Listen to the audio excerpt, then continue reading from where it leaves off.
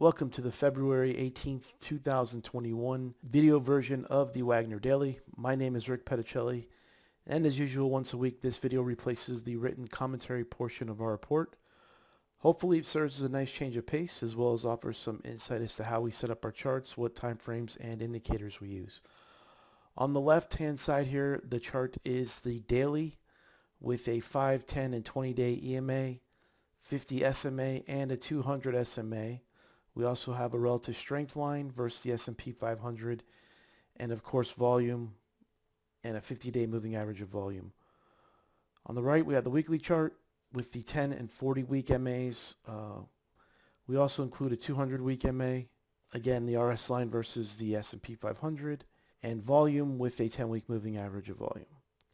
So those are the charts.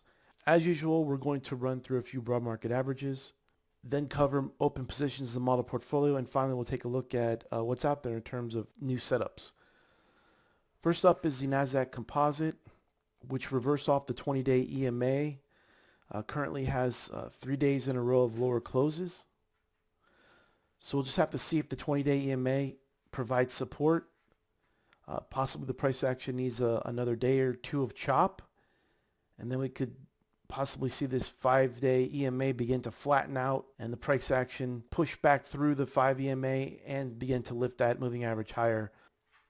Now the price could fail at the 20 here and potentially roll over to the 50-day EMA.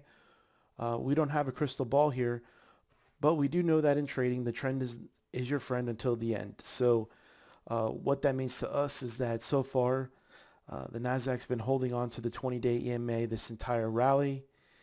There was one break of the 20, but it wasn't confirmed by further weakness as the price action reclaimed the 20 the next day. So until there's a clear break of the 20 followed by confirmation of that break, we have to assume that the 20 will hold and the NASDAQ will continue to trend higher. And on the S&P 500, showing a bit more relative strength as it was able to close above the 10-day EMA. However, if Thursday's low does not hold, then we could expect further weakness.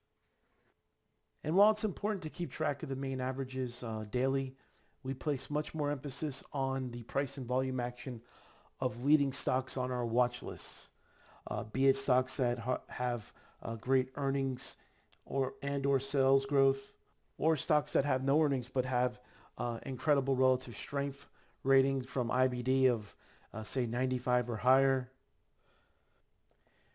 And over the past week or two, we've noticed that high quality IBD stocks haven't performed as well, with recent breakouts not following through, while money has been chasing Bitcoin and blockchain related stocks and ETFs. And as we've seen from many bull markets, there's always going to be rotation in and out of growth. So if the main focus is on IBD growth, patience is key.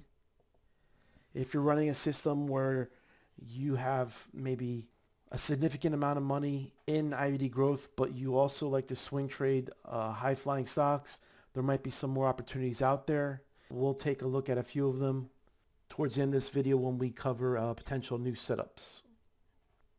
As for open positions in the model portfolio, we're down to 4 open positions. We have TDOC, a third position left, and we plan on staying long TDOC as long as it holds above the 20-day EMA. For now, we have a stop beneath this prior swing low, but a close below the 20 followed by further weakness would knock us out of TDOC.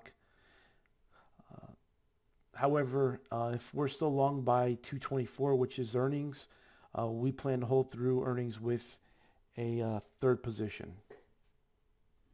We're currently long Snap with a half position. It's holding above the 10-day EMA. Volume is light. If it can get back above this 64 to 64.50 area and hold, that would be a good start. CRWD, we're long a full position here, looking for Wednesday's low to hold. Thursday's inside day action on lighter volume was constructive, but again, we need to see the price action eventually push out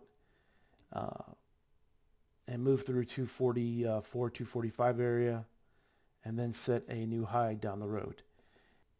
And FTCH, we currently have about a half position here, and as you can see, the price continues to hold this 20-day moving average. Since that shakeout bar in 2.8, there's been one touch of the 20, second touch on 217, and third on 218. So a break of this 2-day low would be a reason to start reducing exposure. And as for new setups, in terms of stocks that have quality earnings and or sales growth, Tesla has reversed off the 50-day MA and then put in a constructive inside day on Thursday. If it can push back through this 800 level, it could be in play for a starter position.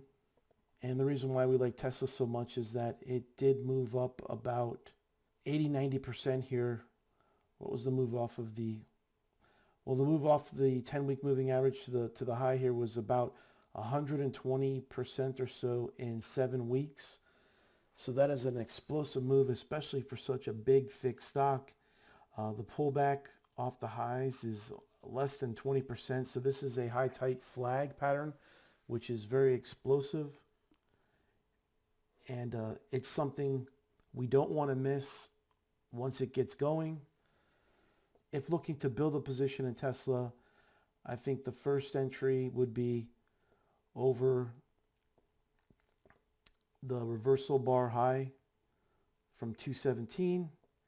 The second would be a break of this downtrend line, and maybe if you want to buy with a third add, possibly at the highs or depending on how the price action develops from the 840 to 900 area. DKNG was a recent breakout from a handle and has pulled back to that handle area high on pretty light volume, and an entry can be placed above Thursday's high looking for a break of this downtrend line. The only issue with the setup is that earnings is in the way on 226, so that would be next Friday before the market opens, if taking that trade. Just be aware of the earnings. If other setups with earnings, we have NLS, which recently broke out to new highs. Volume was pretty good on the breakout. The price action has been pretty tight while holding above the rising 10-day MA. Look for an entry close to the 10-day EMA as possible. That way a break of the 10-day EMA or even a break of the 20 could serve as an exit. DOCU, DOCU, if the price action can break through this 265 level and hold, that would be a pretty good sign here, especially if volume comes in. And as you can see here on the weekly chart, it's been in chop mode for several months since last October. So if it can get going, it has a chance to be explosive. Other setups potentially in play. These stocks aren't necessarily your high quality IBD stocks, but they are movers and potentially in play. FUBO over this downtrend line. PENN, if it can clear 120. BYND is interesting in that it undercut the prior low and reversed higher. So if it can follow through above Thursday's high, could get interesting. DMTK, short-term pullback to the rising 10-day EMA. That triggers with the price action over Thursday's high if it can hold. And another strong mover is CELH, which had a big rally over 10 bars, say about 160% or so. Look for a break of this downtrend line as the buy entry and potentially an early entry over Thursday's high for partial size, and then look to add on the downtrend line break. All right, thank you for joining me, and we'll see you again next week.